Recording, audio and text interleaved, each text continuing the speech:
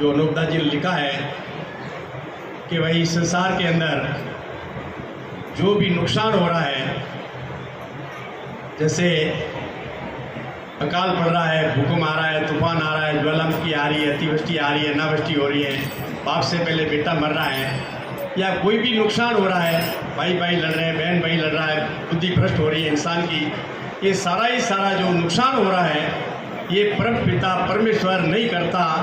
और ये जो बीमारी पैदा हो रही है, ये जो नुकसान हो रहा है, ये भारत के सौदागर महाजनान जैन बनिए कर रहे हैं। ये बात आप सभी को मालूम है, रोज़ सुनते हो। तो मैं आपको इस पाप को मिटाने के लिए हम प्रयास कर रहे हैं। तो मैं मेरे अनुभव की बात बता रहा हूँ कि जो बाप जी ने लिखा है कि पाप तो मिटाने से मिटेगा।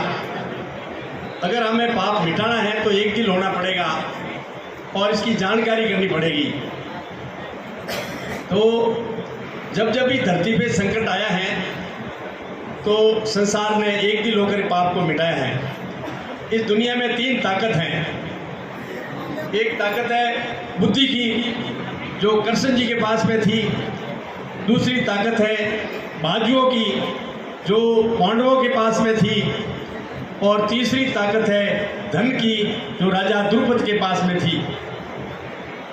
यानी ये तीनों ताकतें एक हुई तो महाभारत का युद्ध जीत लिया। महाभारत का युद्ध इतना खतरनाक युद्ध था कि उस कौरवों के पास में इतनी ताकत थी कि एक भीष्म पितामही पूरे पांडवों की सेना को और पांडवों को खत्म कर देते। मगर पांडवों के पास में सत्य था, वो झूठ नहीं बोलते थे, उनके दिल में दया थी और सत्य था, इसलिए उनकी जीत हुई। आज हम अनूप मंडल के जो भाविक हैं, हमारे पास सत्य है, तो फिर ये पाप क्यों नहीं मिट रहा है?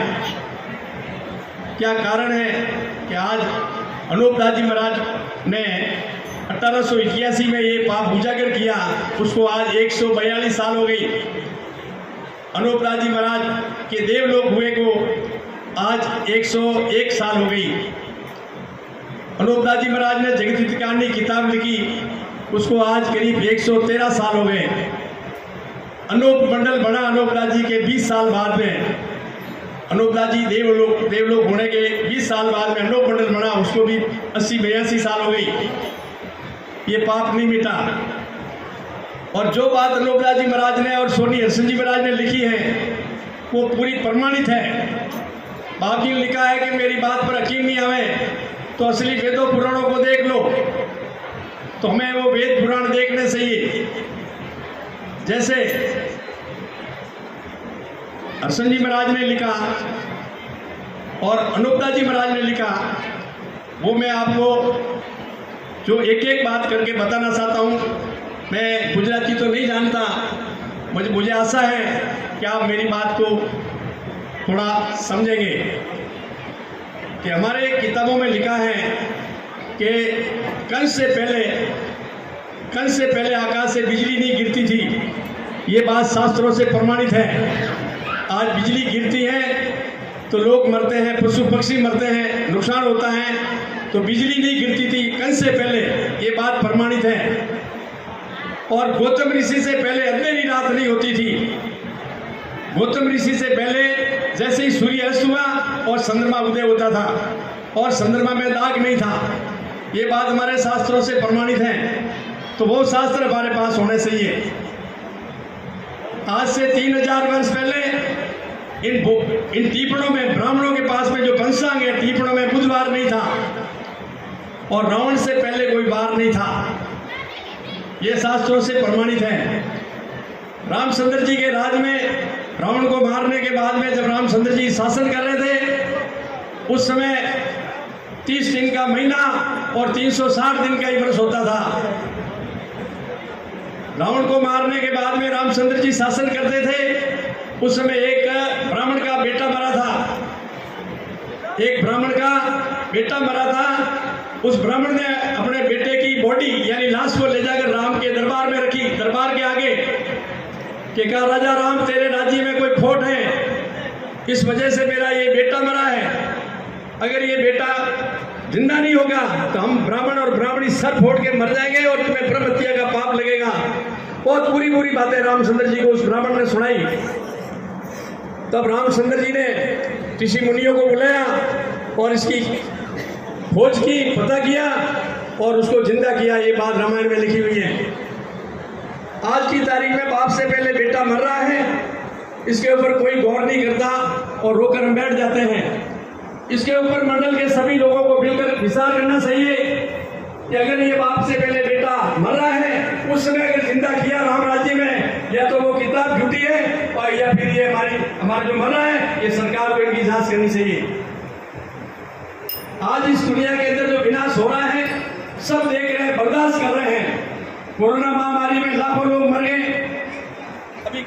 अभी ये लंपी नामक बीमारी से गायें मर रही है।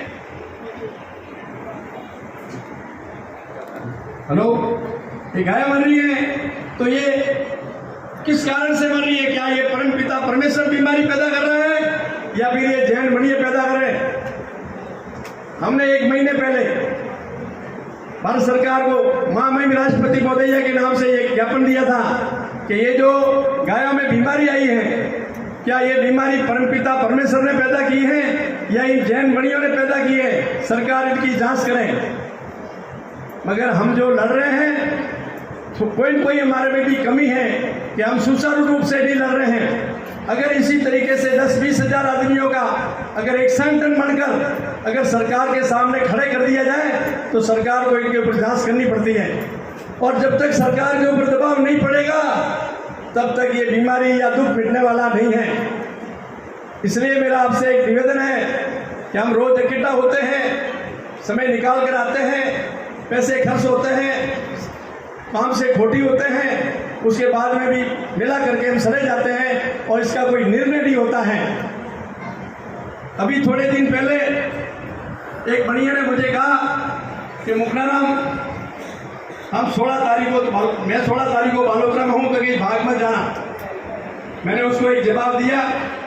फिर वो मैसेज जो है मंडल में फैला और मंडल के सभी भाविकों ने कहा कि महाराज ये 16 तारीख को बढ़िया आवे या ना आवे, हम जरूर आएंगे, हम जरूर आएंगे।